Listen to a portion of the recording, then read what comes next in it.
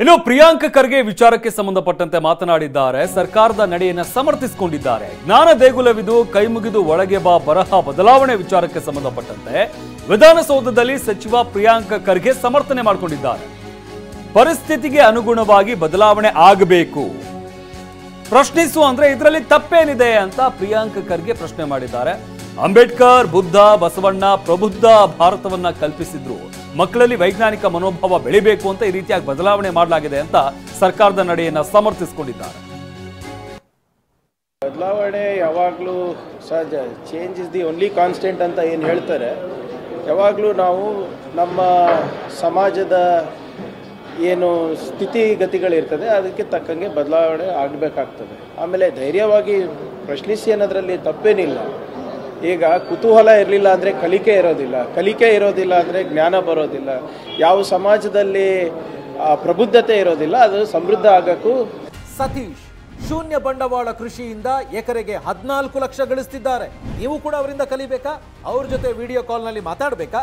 ಈಗಲೇ freedom app download ಮಾಡಿ. ಸಾಧ್ಯ ಆಗೋದಿಲ್ಲ. ಬಾಬಾ ಸಾಹೇಬ್ ಅಂಬೇಡ್ಕರ್ ಅವರಿರ್ಬೋದು, ಬಸವಣ್ಣನವರಿರ್ಬೋದು, ಬುದ್ಧ ಅವರಿರ್ಬೋದು, ಎಲ್ಲರೂ ಕೂಡ ಸಮೃದ್ಧ ಸಮಾಜ ಅಷ್ಟೇ ಬಯಸಿಲ್ಲ, ಪ್ರಬುದ್ಧ ಸಮಾಜ ಕೂಡ ಬಯಸಿದ್ರು. ಸೊ ಪ್ರಬುದ್ಧ ಭಾರತ ಕಟ್ಟಬೇಕು, ಒಂದು ಪ್ರಬುದ್ಧ ಸಮಾಜ ಕಟ್ಟಬೇಕು ಅಂತ ಅದಕ್ಕೆ ಪ್ರಶ್ನೆ ಕೇಳಬೇಕಾಗ್ತದೆ. ಆಮೇಲೆ ಮಕ್ಕಳಲ್ಲಿ ನಾವು ಆ ವೈಜ್ಞಾನಿಕ ಮನೋಭಾವನೆಯನ್ನು ಬೆಳೆಸಬೇಕು ಆದರೆ ಅದು ಪ್ರಶ್ನೆ ಮುಖಾಂತರನೇ ಬೆಳೆಸ್ಬೇಕಲ್ಲ. ಯಾವುದಾದ್ರೂ ಈಗ ಎಲ್ಲದಕ್ಕೂ ಉತ್ತರ ಸಿಗುತ್ತೆ ಅಂತ ಇಲ್ಲ. ಆದರೆ ಒಂದು ಸಮಾಜದಲ್ಲಿ ಈಗ ಅಥವಾ ಮಕ್ಕಳಲ್ಲಿ ಈ ಪ್ರಶ್ನೆ ಕೇಳುವ ಮನೋಭಾವನೆಗಳು ಬೆಳೆಸಿದ್ರೆ ಅವರಿಗೆ ಏನೋ ಒಂದು ವೈಜ್ಞಾನಿಕ ಮನೋಭಾವನೆ, ಒಂದು ಚಿಂತನೆ ಬೆಳೀತದೆ. ಸೊ ಅದಕ್ಕೆ ತಕ್ಕಂಗೆ ನಮ್ಮ ಯಾರು ಉಪನ್ಯಾಸಕರು ಇರ್ಬೋದು, ಟೀಚರ್ಸ್ ಇರ್ಬೋದು, ಅವರಿಗೂ ಕೂಡ ಒಂದು ಹೊಸ ರೂಪದಲ್ಲಿ ಕಲಿಕೆ ಕೂಡ ಆಗುತ್ತೆ. ಸೊ ಅದರಿಂದ ಇದರಲ್ಲಿ ತಪ್ಪೇನಿಲ್ಲ. ಆಮೇಲೆ ಸಂವಿಧಾನದಲ್ಲೂ ಕೂಡ ಇದು ಅವಕಾಶ ಇದೆ ಅಲ್ವಾ.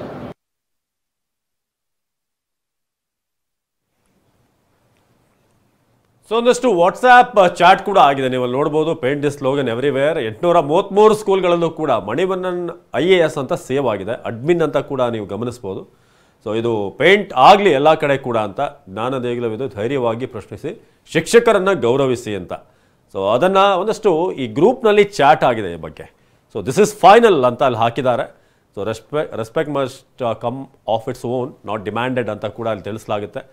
ಅಲ್ಲೇ ಒಂದಷ್ಟು ಚರ್ಚೆ ಆಗಿದೆ. ಕರೆಕ್ಟ್, ಸ್ಕೂಲ್ ಏನಿದೆ ಅದರ ಬಗ್ಗೆ ಕೂಡ ಅಲ್ಲಿ ಕ್ವಶನ್ಸ್ ಬರಬೇಕು, ಒಂದಷ್ಟು ಪರಸ್ಪರ ಜ್ಞಾನದ ವಿನಿಮಯ ಆಗಬೇಕು ಅನ್ನೋದ್ರ ಬಗ್ಗೆ ಚರ್ಚೆ ಮಾಡಿದ್ದಾರೆ.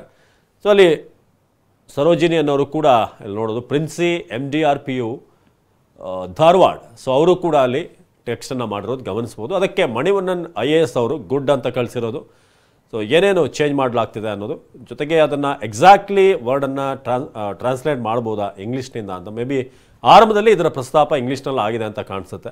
ಸೊ ಅದಾದಮೇಲೆ ಅದನ್ನು ಟ್ರಾನ್ಸ್ಲೇಟ್ ಮಾಡಿ ಎಕ್ಸಾಕ್ಟ್ಲಿ ಕನ್ನಡಕ್ಕೆ ಅಂತ ಅಲ್ಲಿ ಅವ್ರು ಕೇಳ್ಕೊಂಡಿದ್ದಾರೆ. ಆಗ ಜ್ಞಾನ ದೇಗುಲವಿದು ಧೈರ್ಯವಾಗಿ ಪ್ರಶ್ನಿಸಿ ಶಿಕ್ಷಕರನ್ನು ಗೌರವಿಸಿ ಅನ್ನೋದು. ಸೊ ನೀವು ನೋಡ್ಬೋದು, ಸ್ಕೂಲ್ ವಿಚಾರವಾಗಿ knowledge grows when there is a question and discussion ಅಂತ ಅಲ್ಲಿ ಹೇಳಿರೋದು. ಸೊ ಈಗ ನೀವು ಗಮನಿಸ್ಬೋದು, ಈ ಒಂದು ಟೆಕ್ಸ್ಟನ್ನು ಮಣಿವಣ್ಣನ್ IAS ಅವ್ರು ಕಳಿಸಿರೋದು. Correct, a school is a temple of knowledge. ಶಾಲೆ ಅಂದರೆ ಜ್ಞಾನ ದೇಗುಲ. ಜ್ಞಾನ ವೃದ್ಧಿ ಆಗೋದು ಅಲ್ಲಿ ಪ್ರಶ್ನೆ ಮಾಡಿದಾಗ, ಚರ್ಚೆ ಮಾಡಿದಾಗ. The aim of the school is to impart knowledge. Our childrens knowledge should improve. ನಮ್ಮ ಮಕ್ಕಳ ಜ್ಞಾನ ಇಂಪ್ರೂವ್ ಆಗಬೇಕು, ಅದು ನಮ್ಮ ಒಂದು ಏಮ್ ಅಂತ ಹಾಕಿದ್ದಾರೆ.